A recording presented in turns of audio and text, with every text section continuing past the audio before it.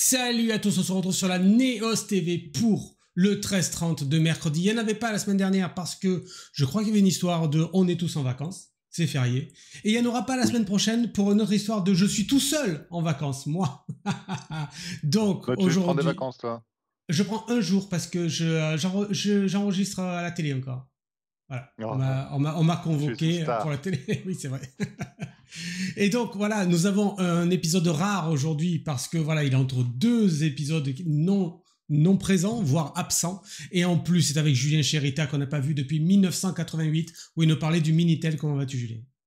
Oui, c'est bon, à peu près, hein. Enfin, on avait fait un petit interlude de Performance.net il n'y a pas si longtemps. Je sais C'est pas si vrai. tu te souviens. Performance en .NET 7 et là on va plus loin Oui. en .NET 8. Truc Ah de bah fou. ça devient un thème récurrent. Mais bon, bon, on va voir que .NET 8, c'est la release qui arrive et que bon, il y a des choses à en dire. Il y a peut-être un peu moins que sur .NET 7, mais il y a des choses intéressantes. Donc, Ça c'est bien, ça on c'est va en bien. faire le Quand tu tour. dis, quand tu dis que c'est la release qui va arriver, on sait quand? Ça arrive la semaine prochaine, une semaine exactement. Il y a Oh d'ailleurs, je crois putain. qu'il y a une release party Microsoft en ligne auquel je ne me suis pas enregistré. Il faudrait que je regarde si on peut encore Très bien. Et on est s'enregistrer. drôlement à propos, c'est ça qui est bien avec le Voilà. 13-30. Bravo. Bah, pour une Bravo. fois, on Moi, est je dis dans. bravo, Julien Charita, parce que c'est lui qui a proposé ça, cette performance en .NET 8. On sait que c'est un de ses sujets de prédilection avec TypeScript et avec d'autres trucs. Tu sais que j'ai parlé de Mais avec toi d'autres trucs. un peu avec sur justement l'épisode du TypeScript avec le fameux Delta Coche, avec David Catu. Ah, Eh oui. il avait apprécié? Je ne sais pas s'il l'a vu, mais en tout cas, on a parlé TypeScript versus JavaScript et il nous disait tous les bienfaits d'avoir un petit peu des éléments qui étaient typés. Voilà, entre autres choses. Oui, il y a un gros débat actuellement entre TypeScript et JavaScript Doc pour les bibliothèques, etc. Je Hmm. pense que TypeScript va quand même rester parce qu'il est quand même super riche, même s'il a ses contraintes un petit peu de double maintenance par moment. Mais bon, c'est pas l'objet de la séance d'aujourd'hui, Non, on donc est sur performance en voilà. .NET 8, tu peux te lancer, ami. Alors, ce sur quoi je voulais commencer, c'est que bah, la performance, c'est un thème assez récurrent chez Microsoft depuis quelques releases et ça n'a que tendance à se confirmer. C'est-à-dire que dès .NET 4.5, ils se sont rendus compte que bon, .NET, c'est une plateforme qui est super riche, super pratique à utiliser, qui permet du développement rapide et tout, mais qui est un peu limité en termes de vitesse d'exécution dans certains cas d'usage. Donc pour tous les cas qui sont un peu edgy, qui sont un petit peu sensibles aux performances plus que le cas normal de nos applications business classiques, eh ben, il y a des besoins particuliers à traiter et ils ont introduit une première refonte de leur moteur de compilation de code intermédiaire en code machine. Donc, .NET, hein, pour rappel, on a le langage qui est en général C#, qui peut être F#, VB, enfin, il y a d'autres cas, mais en général, c'est C#, et passe par une première phase de compilation où il est traduit dans un langage intermédiaire qui est censé être exécutable sur toutes les plateformes. Donc, c'est surtout depuis .NET Core qu'on a des versions qui fonctionnent bien Mhm. sur Linux, sur macOS, etc. Et ce code-là, ben, forcément, ben, pour qu'il soit exécuté par votre processeur, il est traduit en code machine. Traditionnellement, c'est une opération qui est faite par ce qu'on appelle un just-in-time compiler. Donc, au moment d'exécuter le code, il prend le code intermédiaire et il le traduit en code machine. Donc, ils ont refait le JIT à l'époque du framework 4.6 pour offrir Mhm. plus de performance en activant des optimisations qui n'existaient pas auparavant. Ils ont gardé cette orientation performance quand ils sont passés à .NET Core, mais il y avait tellement de travail pour tout refondre, pour tout faire bien fonctionner que bon, c'était un sujet qui était auxiliaire sur la première version de .NET Core et sur lequel ils se sont penchés surtout sur les versions 2.1, 2, 2.1, 3. Mais on n'avait pas beaucoup de transparence parce que c'était pas encore du full open source comme ça l'est maintenant sur les versions .NET 5, 6, 7. Donc maintenant, on a beaucoup plus de visibilité sur ce qui se passe au niveau des pull requests qui sont intégrés, de leurs sujets et ben, notamment si elles sont orientées performance. Mhm. Donc, dans .NET 5, on sait qu'ils avaient traité déjà 250 pull requests qui étaient orientés performance. La plupart étaient en interne. C'est-à-dire que c'est les équipes Microsoft qui avaient leurs besoins de performance identifiés, qui remontaient et qui traitaient les pull requests. Mhm. À partir de .NET 6, ça s'est un peu accéléré parce qu'ils ont commencé à prendre plus de pull requests venant du monde extérieur. Donc vraiment open source, des gens qui disent bah, nous, on a eu ce sujet-là, on a Mhm. fait ces optimisations, les gens peuvent en profiter. Ça a vraiment décollé en .NET 7 où là, ils avaient plus de 1000 pull requests qui étaient vraiment orientés performance. Mhm. Mais bon, .NET 7, ce qu'on sait, c'est une version qui n'est pas long-term support, qui est une version short-term support, donc qui D'accord. est une version un peu intermédiaire, un peu de on ouvre des choses, on améliore les performances, etc. Les versions paires, les .NET 6, .NET 8, c'est des versions qui sont long-term support, donc qui vont être là pour durer. Donc, Mhm. on est plus en mode vol de croisière, mais ils ont quand même intégré 500 PR orientés performance, sur lesquels ils avaient suffisamment de confiance qu'il n'y avait pas de risque de régression, etc., Mhm. pour pouvoir les intégrer dans la version qui va être cette long-term support. Alors, comme on disait tout à l'heure, là, pour l'instant, tout ce que j'ai regardé, tout ce qui est publié, c'est par rapport à la Release Candidate 2, et donc la Mhm. version définitive, elle sort la semaine prochaine. Il n'est pas impossible qu'il y ait une ou deux optimisations sur lesquels ils reviennent parce qu'ils ont détecté que sur la RC, il y avait des petits sujets autour de ça. C'est arrivé sur la 7, par exemple. Mais bon, là, a priori, il n'y a pas de raison particulière que dans les Mhm. trucs que je vais vous présenter, il y ait ce genre de Oui. sujet. Voilà. Alors, première chose, comment on mesure les performances? Là, on est sur du framework. Donc, ils se concentrent en général sur des sujets très spécifiques de, de performance. Donc, ils ont fait une optimisation, je ne sais pas, sur la manière dont sont exécutées les boucles ou dont la fonction link pour faire des sommations est exécutée. Eh ben, on va tester massivement une opération où on va se faire une sommation particulière. Euh, on va l'exécuter des centaines de fois, vérifier le temps moyen que ça prend, etc., etc. C'est ce qu'on appelle du micro-benchmark. Donc, on a du code qui est très court et on va tester l'exécution répétée de ce bout de code-là. Donc, il y a une librairie benchmark.net qui permet de faire ça et qui est facile d'usage. Je ferai une micro-démo de ça juste après pour vous montrer comment on fait tourner ça. Il y a juste une commande à taper une fois qu'on a fini notre benchmark. Et là, par exemple, on va tester une fonction somme et une fonction somme avec un for, donc la fonction link et la fonction avec un for. Traditionnellement, on savait que dans les anciennes versions de .NET, en général, les fonctions de link ne sont pas très optimales, elles sont beaucoup plus lentes. Là, par exemple, on avait 28 microsecondes pour la version avec link, contre 4 microsecondes pour la version avec une boucle for.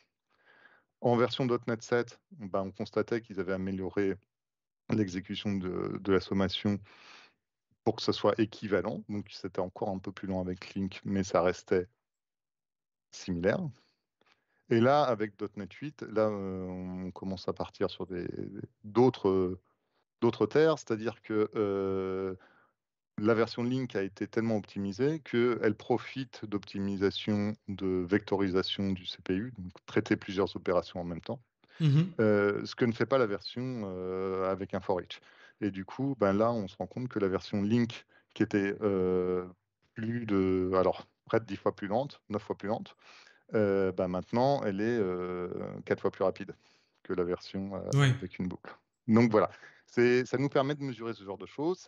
C'est pour des micro-optimisations qu'on va regarder comment ça se comporte en isolation.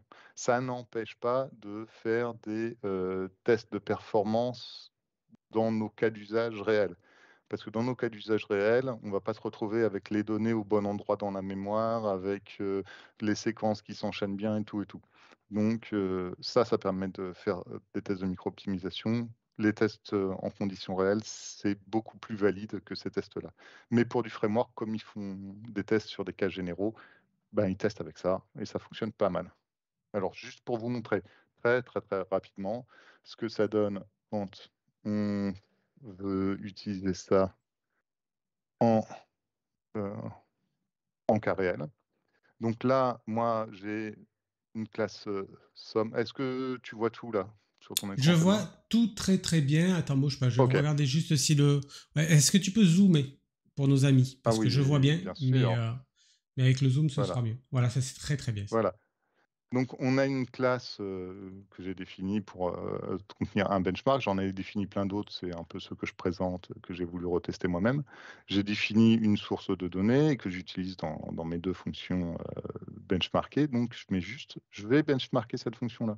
Il faut qu'elle puisse tourner de manière un petit peu indépendante. Je peux lui passer éventuellement des paramètres, il y aura peut-être des cas où je montrerai des exemples plus loin dans le code.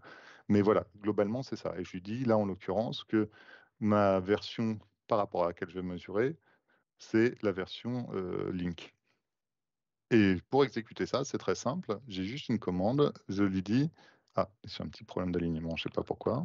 On va Voilà. Je lui ai dit, «Fais-moi tourner, enfin compile-moi ça en mode release, fais-le-moi tourner.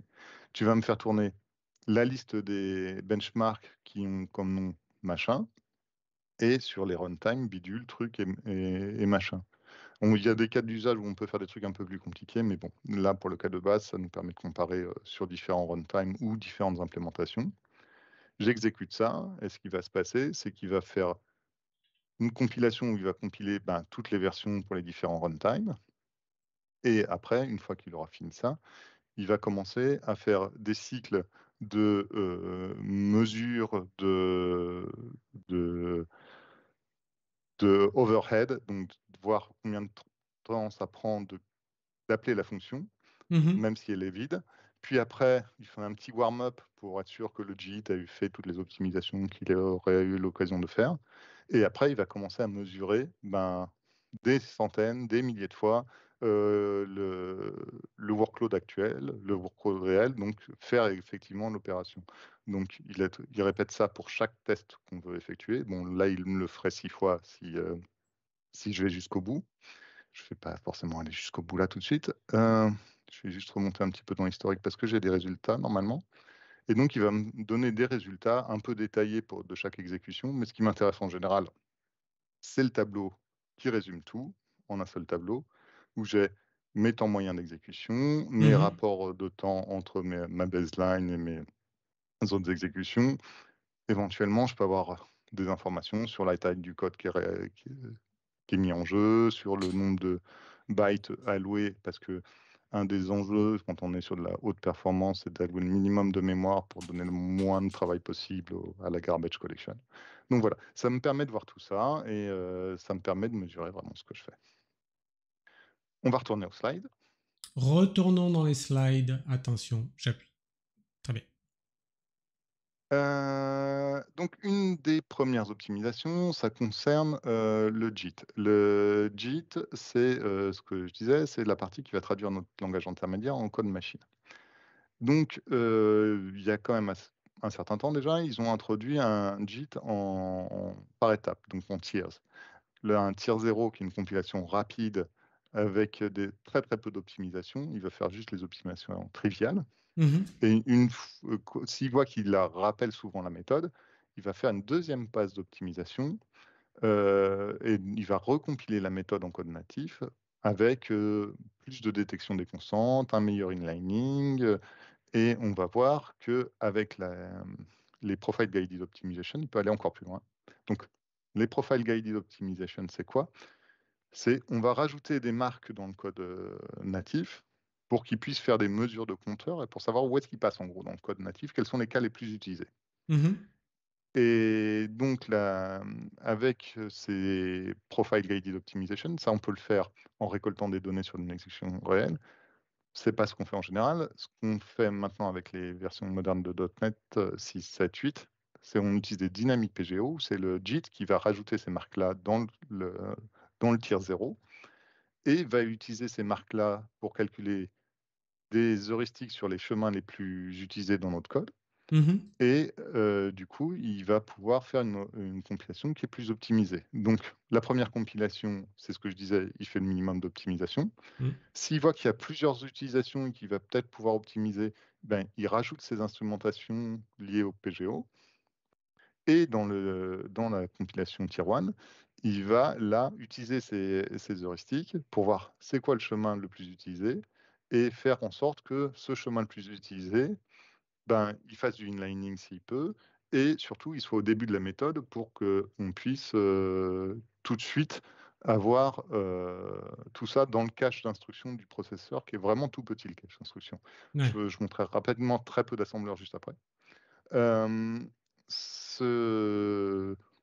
C'est Dynamic PGO. Avant, c'était quelque chose qu'il fallait opt-in, qu'il fallait activer. Mhm. Maintenant, avec .NET 8, c'est automatique, ça fonctionne tout seul, il n'y a plus rien à demander, c'est par défaut. On peut les désactiver quand même, mais c'est pas conseillé. Donc, un exemple très simple, on va prendre un range et on va récupérer son numérateur et on va faire comment on dit, un benchmark où on va juste récupérer le premier item, l'item suivant, en fait. Si on n'active pas les PGO, ben, il va traduire ça directement en un appel à une méthode externe qui est la méthode de l'énumérable range enumerator pour avancer. Donc on a un code qui est très concis, mais qui n'est pas forcément ultra rapide. Bon, ça reste des nanosecondes là en l'occurrence, mais on a l'idée. Si on active les dynamiques PGO, ce qui va se passer, c'est qu'il va tester, il va voir qu'on est passé très souvent dans range iterator, .moveNext. Donc, au début de la méthode, il va tester si c'est ce type-là pour lequel on appelle moveNext.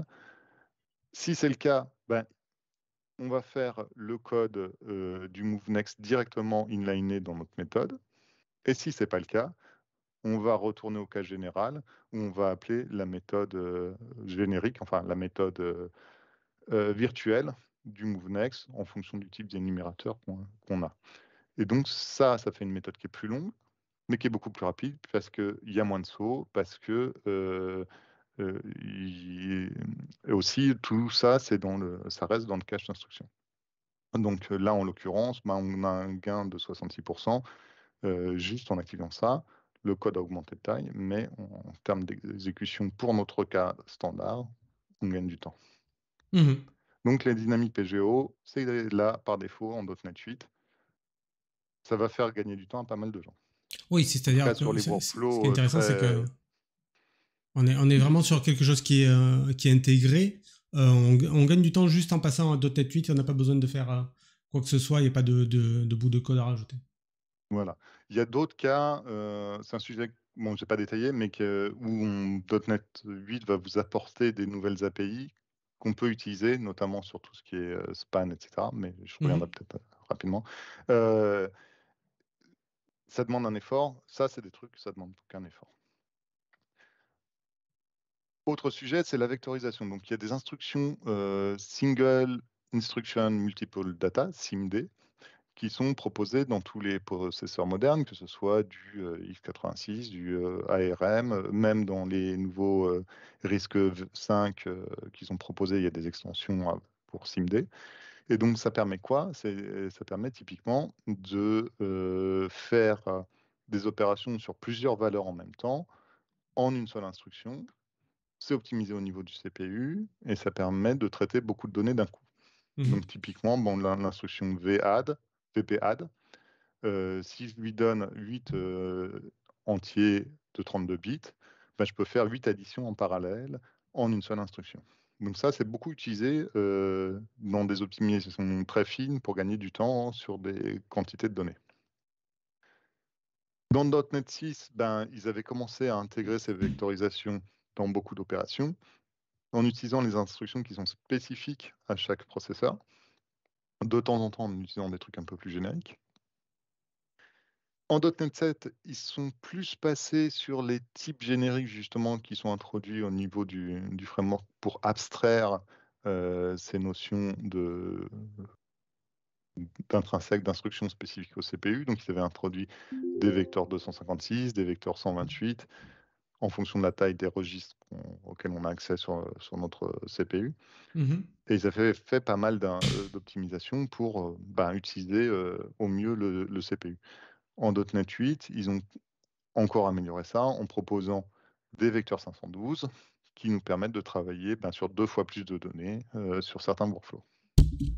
Donc typiquement, ça c'était une slide que j'avais faite la dernière fois, où en .NET 7, je montrais que si je fais une boucle for un par un, ça Mhm. me prend un certain temps de faire une somme. Si je fais la boucle for en utilisant le type vecteur et en sommant groupe de nombre par groupe de nombres, j'arrive à traduire ça en code vectorisé derrière pour le CPU et à Mhm. être quasiment 4 fois plus rapide. En, Mais c'est plus verbeux quand même. c'est un peu plus verbeux. En .NET 8, bon là j'ai pris le cas où j'ai un CPU qui supporte le vecteur 512. Donc je Mhm. lui ai dit explicitement je veux utiliser un vecteur 512. Et je vais profiter encore de la double taille de ce vecteur-là. Et comme j'ai beaucoup de données à sommer, ça Mhm. va se ressentir sur les temps d'exécution. Et je vais gagner encore 30% sur mon temps d'exécution quand je vais vouloir faire des sommes vectorisées comme ça.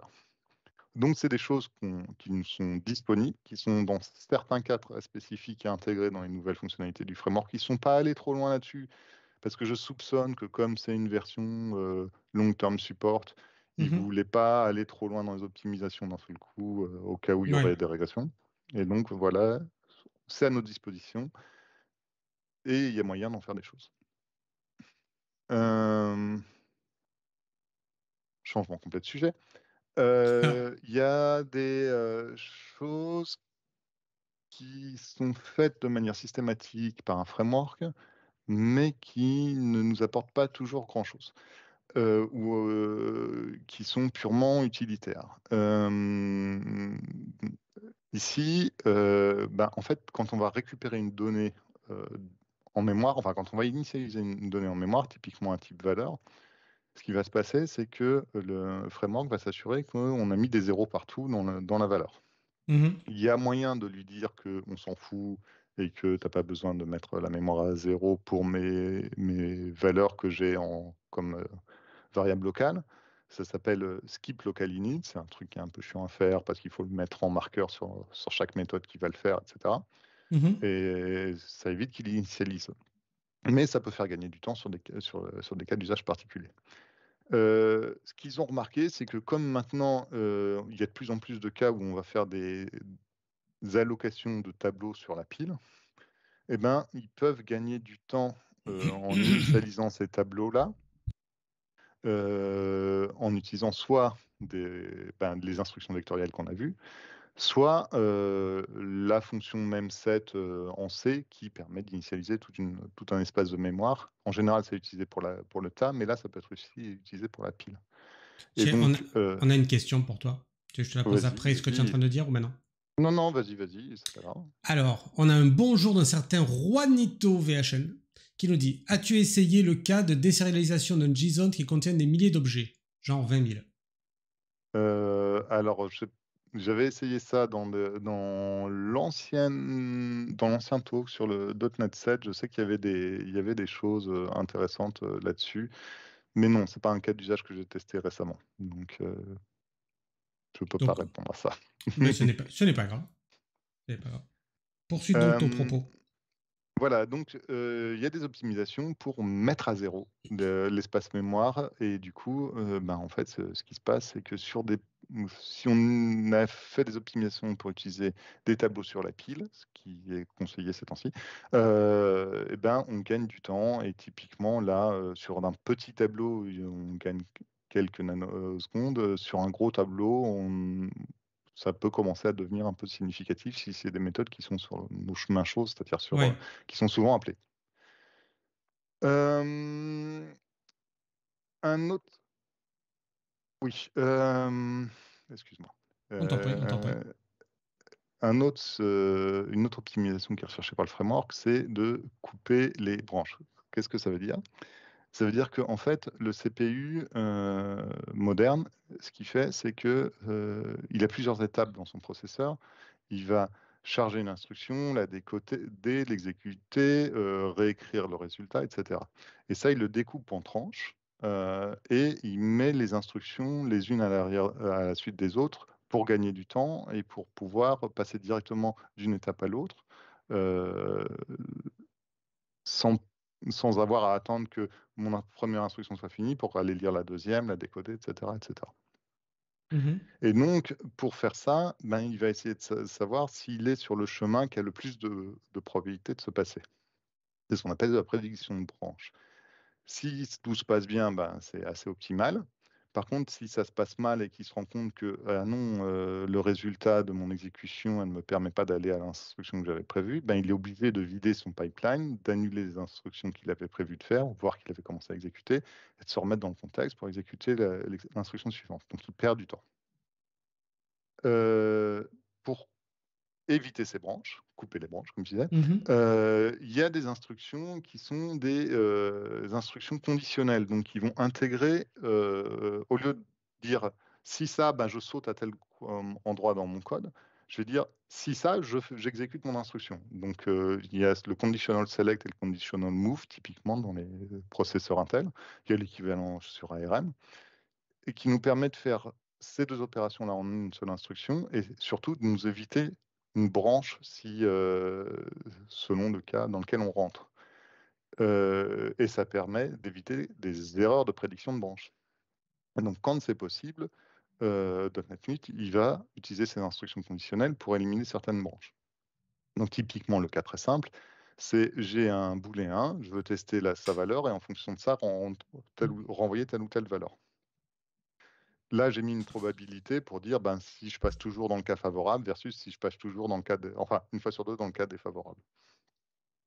En .NET 7, si je passe toujours dans le cas favorable, je m'en sors pas trop mal, j'ai des branches, mais j'ai pas de mauvaise prédiction de branches. Mhm. Bon, je perds pas trop de temps.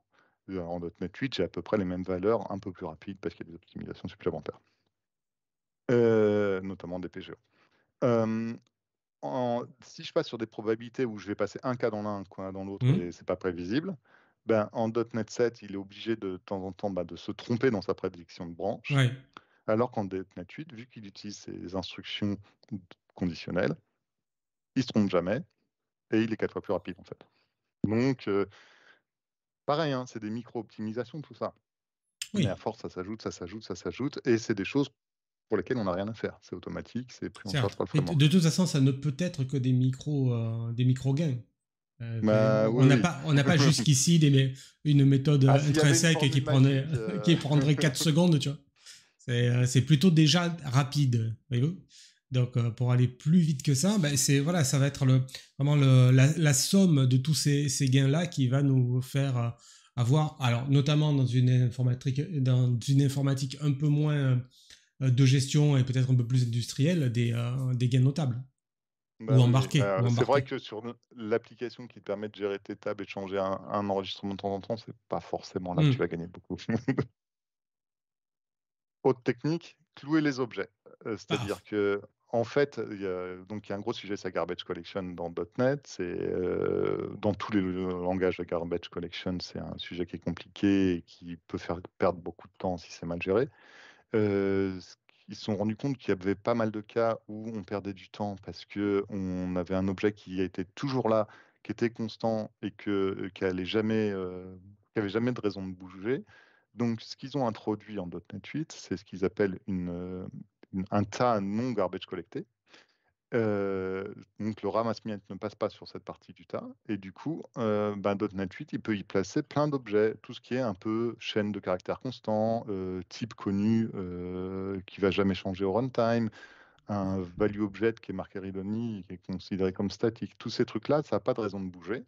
Il va dire, au lieu de les mettre dans la heap normale et le garbage collector essaye de les déplacer, de les faire tenir bien et tout, je la mets à un endroit où ça ne bougera pas, ça donnera moins de travail au garbage collector et ça va permettre en plus au JIT au lieu de dire je vais aller chercher l'endroit où est mon objet, puis après je vais aller travailler sur l'objet, etc., de mettre directement la bonne adresse effective de l'objet dans le code et de gagner une indirection supplémentaire. En termes de mesure, c'est pas forcément très significatif. Par contre, sur la masse, ça peut être assez significatif en termes de travail sur la garbage collection.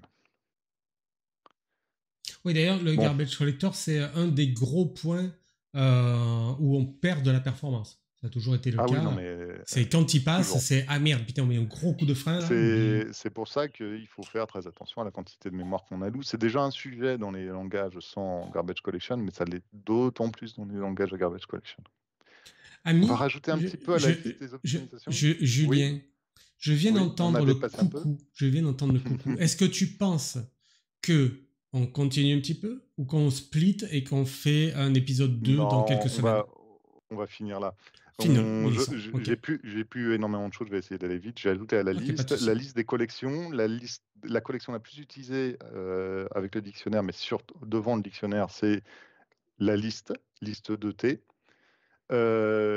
Ils ont fait des optimisations là-dessus, et notamment pour tout ce qui est initialisation, quand on va faire des add range ou quand on va faire des transformations de collections link en toList, des énumérations, on peut gagner du temps en allouant la bonne taille et en parcourant, en utilisant ce qu'ils appellent des spans, donc des objets légers pour énumérer des espaces mémoire contigus.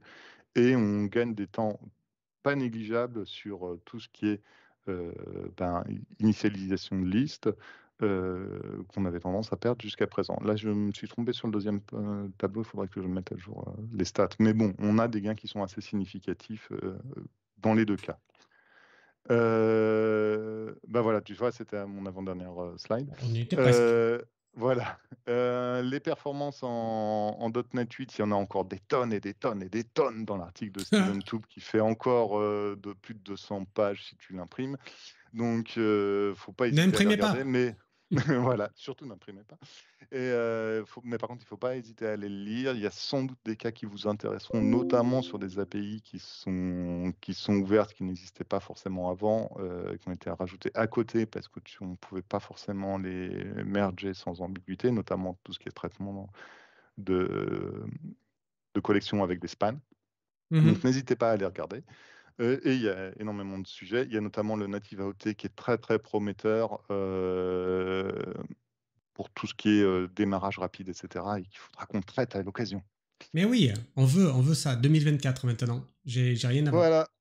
Donc, le rendez-vous, comme on disait, pour la version des LTS de .NET 8, vous pourrez rassurer vos DSI, elle sort le 14 novembre, la semaine prochaine. On profite des nombreuses optimisations de .NET 7 et d'optimisations un peu plus mineures, mais qui restent notables. On a des gains notables juste en changeant la version de runtime. Oui.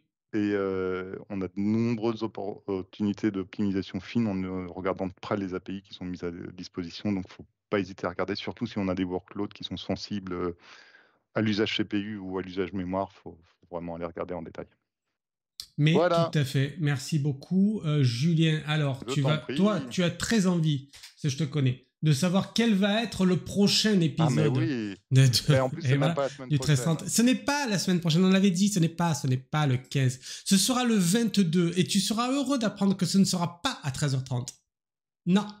Ce sera à 17h. 17h. Et qu'est-ce qu'on va avoir? On va avoir les jeux vidéo, le fight entre Delta Koch alias David Catu et Davrous alias David Rousset. Qui est le meilleur sur les jeux vidéo, sur reconnaître un jeu vidéo? Ça va être dingue. Ça va être dingue. Moi, je sais ce qui va se passer et je peux vous dire, soyez là. Le 22 novembre pour le 13h30 qui sera pas à 13h30 mais à 17h. On l'appellera d'ailleurs le 1700. Pour la peine, merci beaucoup Julien, c'était génial. Comme d'habitude. Merci à toi, hein, c'est toujours sympa. On te dit à bientôt, salut. Et à vous aussi, à bientôt. Ciao.